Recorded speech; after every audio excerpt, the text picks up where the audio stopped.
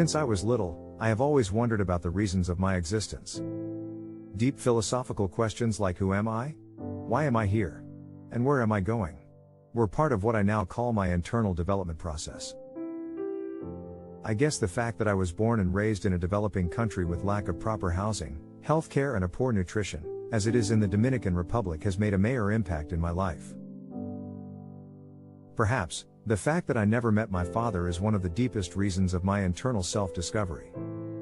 Those factors might have marked my life, but I, on an innocent way, thought nothing was missing, and continued with my development. As I grew, I discovered several passions that were an intrinsic part of this process. First, I noticed that within me there was an immense desire to know new things. I remember asking my grandmother questions to which she did not know how to respond. I would go to the backyard and study how bees, flowers, and nature itself interacted. I used to sit alone and watch the sun disappear behind the mountains and ask myself, why is it like that? In short, I was an extremely curious kid. My second passion, which came to me as a result of the first one, is my love for nature. I started to fantasize about the intrinsic connections between reality and fiction, the things we see and the things we feel, the things that were studied and broken down into pieces and those that are somehow unexplained. I did not see any difference between what was real and what was not. Thus, I remember I used to build houses made out of stone for insects like ants and harmless spiders to live in. I really thought that everything in nature deserved the same treatment that we give to ourselves. Did I know that I wanted to become an architect at the time? No, I did not. My third passion also was a result of what I learned from the earlier years of my life. I was raised surrounded by good people, people that protected me, people that loved me, and people that protected and loved each other regardless of the social status. I learned that we all share so much in common. We share things from the most basic aspects of life, like eating or breathing, to the most complex such as beliefs, hopes and ideas. We might not believe or hope for the same things, but we do believe and hope for something. We might not have the same ideas or we might not agree with each other, but we can accept them. We all share things that we do and other things that we just feel and contemplate. Those things, as I later realized, are part of what we live and fight for. In 2008, once I graduated from high school, my friends and I had to decide what we wanted to do with our lives. We all felt like the real world and the world we grew up in were separating. I sincerely did not know what to pick as a career, and it was a hard and terrifying decision. One of my friends reminded me how good I was in geometry, art and math, and he encouraged me to pick architecture. What did I know about architecture? At the time, nothing, at least I thought I knew nothing. My friend himself enrolled in architecture, and I, because of him, decided to do the same. We both moved to the capital city of the Dominican Republic, Santo Domingo, and went to the Universidad Autonoma de Santo Domingo. I would say that I followed him into an unknown world in which we both as friends and as partners would help each other to survive. During our first semester, I supported my friend in different ways but mostly emotionally. Since he was homesick most of the time, I had to help him out. We both had lots of reasons to drop out of school or to transfer to another program, but I never even contemplated the idea of leaving. I recall that our first grade in studio was an F. I had never had an F at that time, and honestly it felt like the end of the world to me. I felt humiliated and I promised myself that I would never get a bad grade again. Until today I have not, so I guess it helped. My friend ended up transferring to engineering school. I alone worked hard and did my best. The first semester felt like an eternity, but at some point, and I do not know when or how it happened, but I felt like if it was meant to be. It felt right to be in architecture. I remember spending hours and hours with no sleep for days, and I liked it. I never thought that there was something I could do that was more important than my own existence.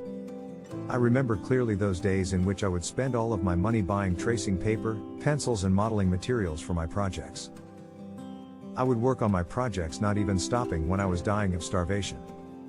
As a result, I did better and better in all of the classes. I used to spend most of my time in the university helping other students and being helped by them as well. The professors, students, and even an old man that used to sell coffee in the school became my family. I brought with me those same values that I learned earlier in my life about the importance of community. Then, I started to understand that in some inexplicable way, architecture was and is a part of my life. Not just a part of my life as an object being built, but how I felt things and saw things. I guess my love for knowledge, nature, and people and how people interact drove me to the field. For 4 semesters I went to the School of Architecture in Santo Domingo without doubt that I was going to become an architect. I thought I did not know anything about architecture and thus I could not love architecture, but now, as I look back as far as I can remember, I have always known and loved architecture. How much do I really love architecture? The sacrifices I made in the Dominican Republic might be just a part of the process, and honestly they have not been the hardest part of the process. I think everybody goes through that. However, the hardest part has been the process of moving to the United States, leaving 2 years of schooling and a life behind to pursue a better life, not only for me, but for my mother, my brother and my sister. I came to the US in May of 2010, with lots of dreams, aspirations, but also with an immense desire for learning. Now most people would not realize how hard it was for me to get where I am, but looking back to just 2 years ago, I would say it has been a hard and long journey. I came with those goals that most people have, but I, on the other hand, I did not know how to express myself and communicate with others efficiently.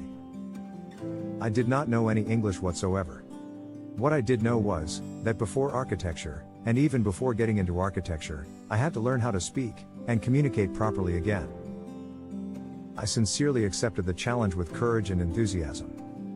During the fall of 2010, I got admitted in the North Shore Community College, pursuing a certificate of English as a second language.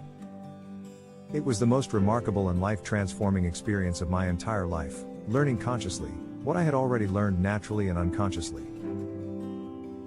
I met some of the most incredible people from all over the world. They came here with hopes and dreams as strong and as important as my own. Again, I found myself in a community, but another kind of community, one that was made out of people who were driven by their dreams. If they are doing it, I can do it as well. Gave me an inspiration to move forward. My love for architecture transcended the barriers of language, culture, and even the geographic limits. I learned so much and so fast that I was able to help others by volunteering as a note taker for students in the same program who had some kinds of disabilities. I wanted to really use my skills to help others as much as I could, and therefore even at today I am doing volunteer work for the Boston Housing Authority as an English/Spanish interpreter. By the end of just 2 semesters at the NSCC, I was already graduating from the ESL program, and I was ready to take the challenge to the next level, architecture. Where to go to school? That could have been a hard decision if I was wealthy and had lots of options. The questions were as simple as the answers: where can I be admitted? And, where could I be able to afford to be? The BAC was the most convenient and affordable way to pursue my deepest dream. The greatest feelings of community, commitment, passion, and camaraderie have been experienced at the BAC. In January of 2012, I finally got where I needed to be. I finally felt like a fish in its water, and I proved it. My first semester was indeed, as I hoped it to be, a total success. I got A in every single class I took, and that very first semester gave me so much confidence that I can make it to the end. I never doubted that I could do it. Even with all the stress of having to work 2 jobs to be able to support myself, help my mom, my brother and my sister, I did it. I did it in my first semester, and I am already doing it in my second one.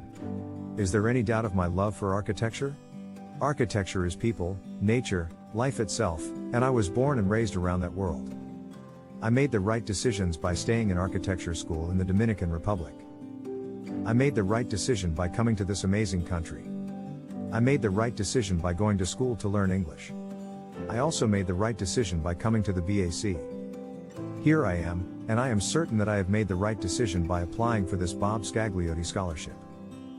I know I could be a good doctor if I wanted to be. I know I could be an excellent engineer if I wanted to be. However, I also know that this world, this country, my country, these people, my people deserve the best of me, and that is me as an architect. The next 4 years are going to be difficult, I know. My career, and my life itself is immersed into a very competitive world, and I know it. I cannot predict for sure the kind of architect I am going to be, since there is a lot more to learn. What I can predict for sure is that my ideas and my designs will always involve the best for people and the best for nature, which leads to a better world. Architecture is in its essence the very real reason of my existence.